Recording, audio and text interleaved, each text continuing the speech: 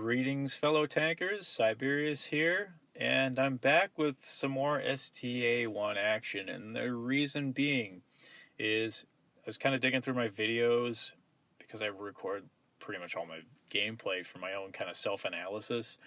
But I found a good game on Canal that I thought I'd throw up here because it shows the STA-1 in terrain. So you get to see kind of its 10 degrees of gun depression and see it in that environment, which I really didn't get to demonstrate very well in the first video. So that's kind of an added little sort of 1.5 video I'm sort of tossing in. And the second game I'm putting up because it's in response to Aramic of a fellow spud of mine, and his frustration with games that end in draws, despite your best efforts to coach, as you should if you've seen Zip's video on strategy with the kind of the chess mind to it. If you haven't seen his video, check that out. Very good stuff. It's a 3-part video, well worth the time spent to check that out. Shameless plug for Zip right there. Go Zip. Check him out. So that's kind of my never give up, never surrender portion of the video, featuring the STA-1, myself, and Himmelsdorf. Check it out.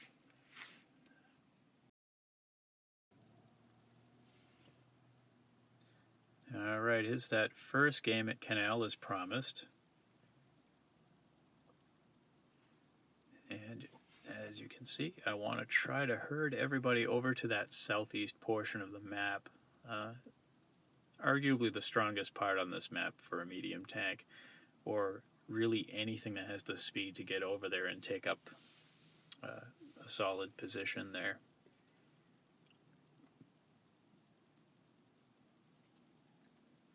Now, I'm noticing my team's not too quick to follow, which is why I didn't dive in for the corner. I also don't have the armor to really hold off that kind of position to dive off into the corner. I have to hold this position by using concealment, my gun depression, and my terrain abilities.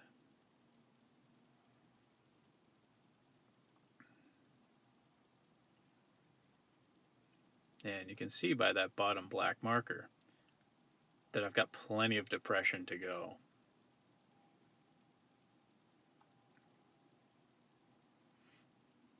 This tank can use this area quite comfortably.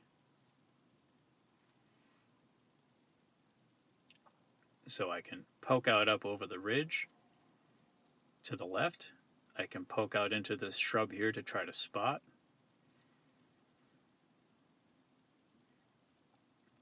And I can also poke out off to the right. So this is a pretty strong point of the map. The Jagdpanther off to the left isn't advancing. My team's holding him back quite well. So I decide to go for the Ferdinand, who's creating a crossfire situation with his Tiger 2 over in the town. So I need to break this up because that Ferdinand can do some serious damage, especially where he's got his adrenaline fired up. But I have made him use both of his repair kits. And I've taken his attention away from my teammates, and his adrenaline is worn off. So I've effectively taken him out of the game and enabled the T-25 to go and finish him off.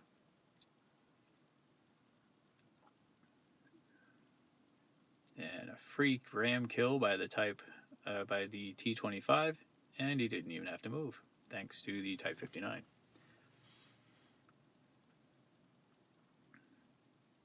Now, I did expect that Tiger 2 to poke out and fire at me. I knew that was a very distinct possibility, but I wanted to finish off this battle in the corner. If the T-44 should lose that corner, that effectively puts me in a position where I'm surrounded in the town by the Tiger 2 and by the Jagdpanther in the corner, which means I've got to move out either to the north or west of this position to try to take it back without getting crossfired on myself.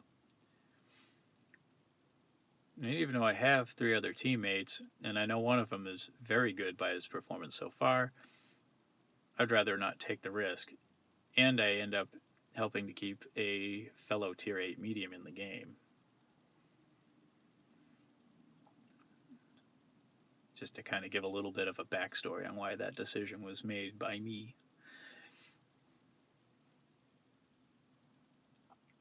And there's T25 doing a phenomenal job making the best of a not so great situation right there.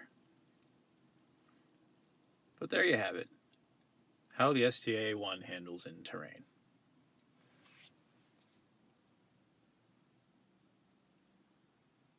And got some post-game stats here. Pretty good damage.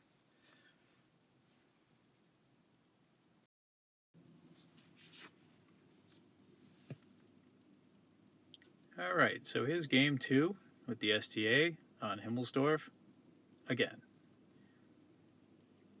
Because thankfully, Wargaming decided to be a great idea to make sure we got plenty of Himmelsdorf, whether we like it or not.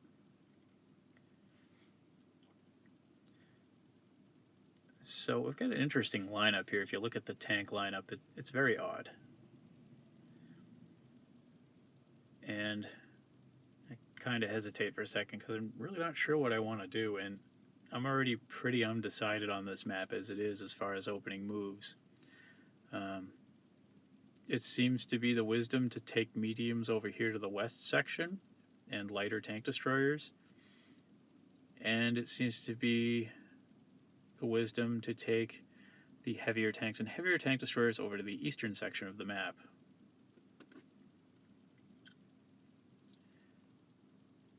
But that isn't always the case. I've honestly seen some interesting opening moves on this map, and I've seen them all work, and I've seen them all fail. It seems like a lot of this map hinges on personal tank skills and tactics more than what the opening move is.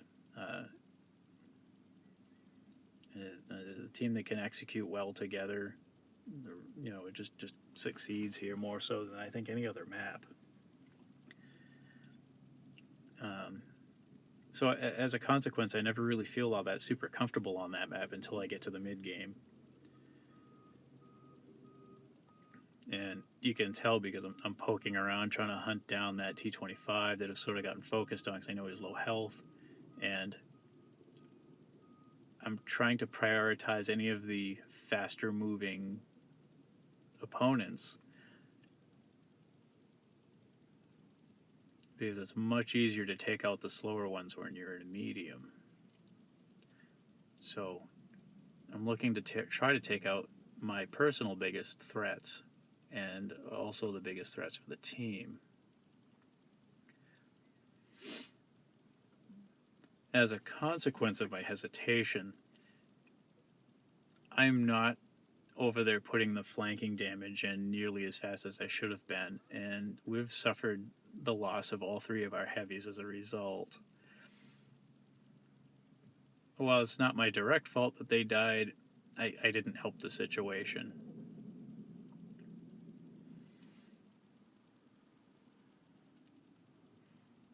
And things are looking dire.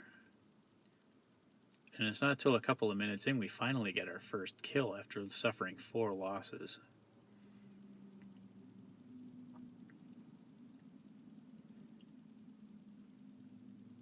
And this is a great example of why mid to end game is important on Himmelsdorf.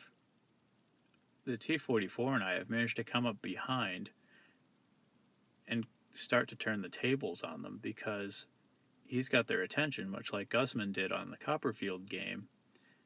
And I can put in all these flanking shots, and I don't have a single gun aiming at me. So he's trying to utilize his armor, and I'm trying to utilize my DPM. Unfortunately, those 2 tank destroyers are onto me, so I need to relocate. But that's fine because I can relocate to here to take out the biggest threat to my T-44. I'm full health and he's not, so my biggest interest is to try to protect that T-44 as long as I can so that we have 2 points of focus to try to put crossfire onto our remaining opponents. Of course, if I don't dunk the shot off of the SU's mantlet, things go a lot smoother. Now I know he's reloaded at this point. My T-44 is gone. So, risk it for the biscuit, and I'm able to get that shot off without getting return fire. And T-25 shows himself, and there's a great example of just how fast this gun can spin around and put its gun on target and send shots home.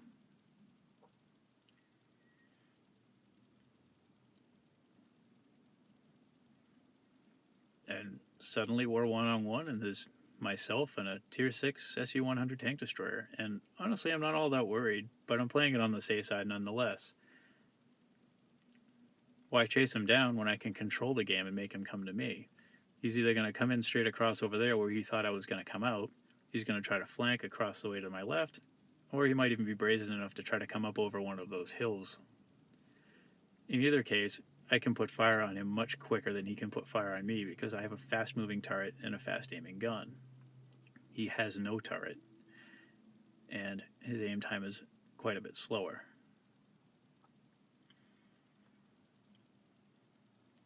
You can see instead of backing up to take cover and fire at him and go back and forth, that I moved forward. And the reason I did that is because I wanted to try to get under his gun depression, and that's why all he got was track. He couldn't really hit anything else.